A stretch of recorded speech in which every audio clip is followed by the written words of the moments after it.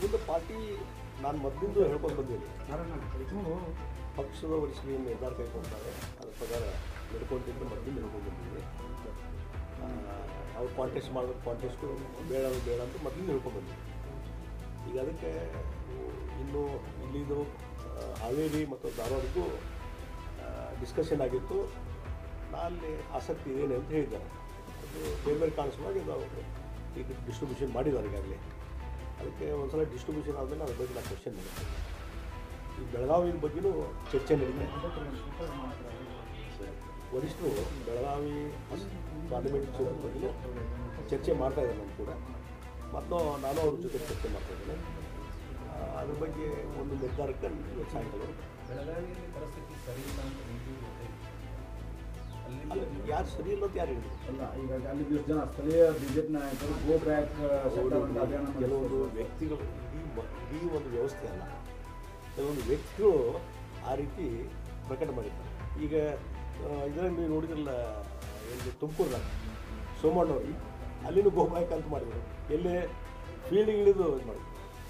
ಇಂಥ ಟೈಮ್ದಲ್ಲಿ ಈಗ ಸೋಮಣ್ಣವ್ರಿಗೆ ಟಿಕೆಟ್ ಕೊಟ್ಟರು ಇಷ್ಟೆಲ್ಲ ಆದಮೇಲೆ. ಈಗ ಅಲ್ಲಿ ಮತ್ತೆ ಯಾವುದೇ ಅಪಸ್ವರ ಇಲ್ಲ. ಹೀಗಾಗಿ ಇದು ಕೆಲವು ವ್ಯಕ್ತಿಗಳು ಕೆಲವು ಸಲುವಾಗಿ ಹಿತಾಸಕ್ತಿ ಮಾಡ್ತಾರೆ. ಆದರೆ ಜನರ ಮಾನಸದಲ್ಲಿ ಮತ್ತೊಂದು ಅಲ್ಲಿ ಪ್ರಮುಖರು ಆ ರೀತಿ ಇರೋದಿಲ್ಲ. ಆ ಹಿನ್ನೆಲೆಯಲ್ಲಿ ಅದ್ರ ಬಗ್ಗೆ ನಾನು ಚರ್ಚೆ ಮಾಡ್ತಾಯಿದ್ದೇನೆ. ಅಲ್ಲಿ ಪ್ರಮುಖರ ಜೊತೆ ಚರ್ಚೆ ಮಾಡ್ತಾಯಿದ್ದೇನೆ, ವರಿಷ್ಠರ ಜೊತೆ ಚರ್ಚೆ ಮಾಡ್ತಾಯಿದ್ದೇನೆ. ಆಮೇಲೆ ನಾನು ನಿರ್ಧಾರ ಅಲ್ಲ, ಅದಕ್ಕೆ ನಾನು ಚರ್ಚೆ ಮಾಡ್ತಾಯಿದ್ದೀನಿ ಅಂದರೆ it is process is going on. ಆ ಹಿನ್ನೆಲೆಯಲ್ಲಿ ಚರ್ಚೆ ಮಾಡ್ಕೊಂಡು ನಿರ್ಧಾರ ನಿಲ್ಲು ಅಂದರೆ ಹೈಕಮಾಂಡ್ ಸೂಚನೆ ಬಂದ ನಾನು ಹೇಳಿದ್ದೀನಿ. ಯಾವಾಗಲೂ ನಾನು ಒಂದೇ ಒಂದು ಹೈಕಮಾಂಡ್ನವರು ಇಂಥ ಕ್ಷೇತ್ರಕ್ಕೆ ನಿಲ್ಲಬೇಕು ಅಂತ ಹೇಳಿದ್ರೆ ನಾನು ಡೆಫಿನೆಟ್ ಈಗ ಅಂತ ಮೊದಲಿಂದ ಹೇಳಿದ್ದೀನಿ. ಇವತ್ತು ಅಲ್ಲ, ಘರ ವಾಪಸಿ ಮಾಡಿ ಬಲಿಪಶು ಮಾಡಿದ್ರೆ ಶೆಟ್ಟರ್ ಅವರು ಇಲ್ಲ ನೋಡಿ. ಈಗ ಯಾವುದನ್ನು ನೀವು ಅಂತಿಮ ತೀರ್ಮಾನಕ್ಕೆ ಬರಬೇಕು, ಅಂತಿಮ ತೀರ್ಮಾನ ಇದೆ. ಹೀಗಾಗಿ ಇವತ್ತು ಬೆಳಗಾವಿ ಬಗ್ಗೆ ಚರ್ಚೆ ನಡೀತಾ ಇದೆ. ವಿಲ್ ಡಿಸ್ಕಸ್ ಇಟ್, ಒಂದು ಡಿಸಿಷನ್ ಬರ್ತೀವಿ.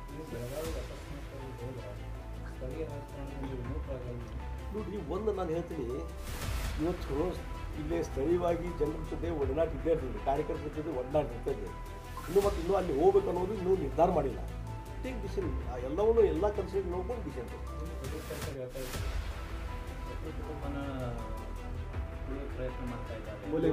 ಈಗ ನಾನು ಅದು ನಾನಾಗಿ ನನ್ನ ಬಾಯಿಂದ ಬೆಳೆಸಾಕ್ತಿದ್ದೆ. ಏನು ನಡೀತಿದೆ ಎಲ್ಲರಿಗೂ ಗೊತ್ತಿದೆ. ಅದ್ರ ಬಗ್ಗೆ ಅದನ್ನು ಕಮೆಂಟ್ ಮಾಡಲಿಕ್ಕೆ ಜನ ನಿಮ್ಮ ಬಾಯಿಂದ ಬರಲಿ ಅಂತ ಇಲ್ಲ. ನಾ ಇಂಥವಕ್ಕೆ ಹೇಳ್ಬೋದು, ಚೆನ್ನಾಗಿ ಹೇಳ್ತಾರೆ, ಯಾರು ಹೇಳ್ಬೇಕು ಹೇಳ್ತಾರೆ. ಅಂಥದ್ದೊಂದು ಪ್ರಯತ್ನ ಆಗ್ತಾ ಇದೆ. ಅಲ್ಲ, ನಾನು ಅದ್ರ ಬಗ್ಗೆ ಈಗ ಏನೂ ಕಮೆಂಟ್ ಮಾಡಲಿಕ್ಕೆ ಹೋಗೋದು.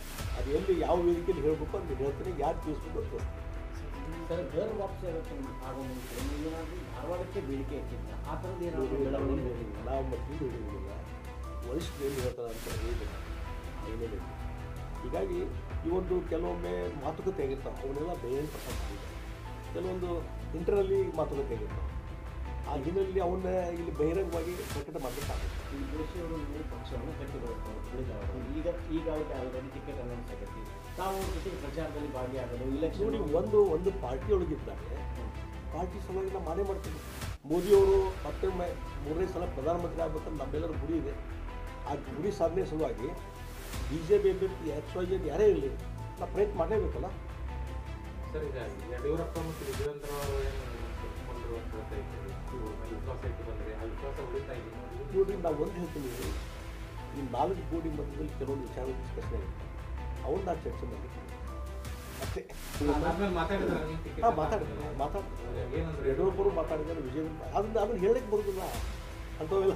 ಅವರು ನೀವೇನು ಮಾತಾಡಿದಿರಿ ಅಂತ ನಾನು ಹೇಳ್ತೀನಿ. ನಿಮ್ಮ ಎಕ್ಸ್ಪ್ರೆಷನ್ ಹೇಳ್ತಾ ಇದ್ದಾವೆ ಸರ್, ಭಾಳಷ್ಟು ಡಿಪ್ರೆಷನ್ ಆಗಿದ್ರಿ, ದುಃಖದಲ್ಲಿ ರಾಯಚೂರು ಕಾರ್ಯಕ್ರಮ, ಫುಲ್ ಡೇ ರಾಯಚೂರು ಕಾರ್ಯಕ್ರಮ ಇಲ್ಲೇ ವೆಲ್ ವಿಶಸ್ಸು ಮತ್ತು ಈಗ ಫರ್ದರ್ದು ಡಿಸ್ಕಷನ್ ಇರ್ತದೆ. ಅವಾಗ ಏನಾಗುತ್ತೆ, ನಾವು ಫುಲ್ ಡೇ ಅಲ್ಲಿ ಬಿಜಿ ಆಗಿರ್ತದೆ, ಫರ್ದರ್ ಡಿಸ್ಕಷನ್ ಮಾಡಲಿಕ್ಕೆ ಡಿಸ್ಟರ್ಬೆನ್ಸ್ ಆಗ್ತದೆ.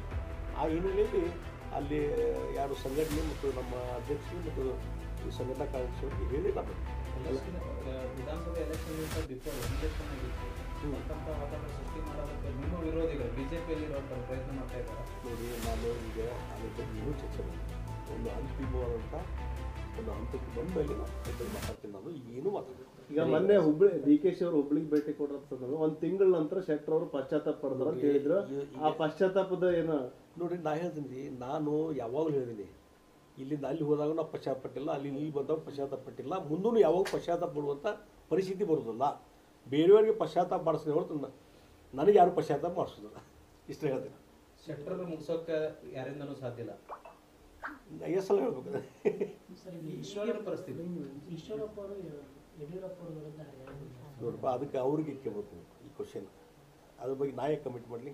ಸರ್, ಈಗ ನೀವು ವಿಧಾನಸಭಾ ಚುನಾವಣೆಗೆ ಅನುಭವಿಸಿದಂತಹ ಪರಿಸ್ಥಿತಿ ಈಶ್ವರಪ್ಪನವರಿಗೆ ಮತ್ತೆ ಎರಡನೇ ಸರ್ತಿ ಇದಾಗಿದೆ.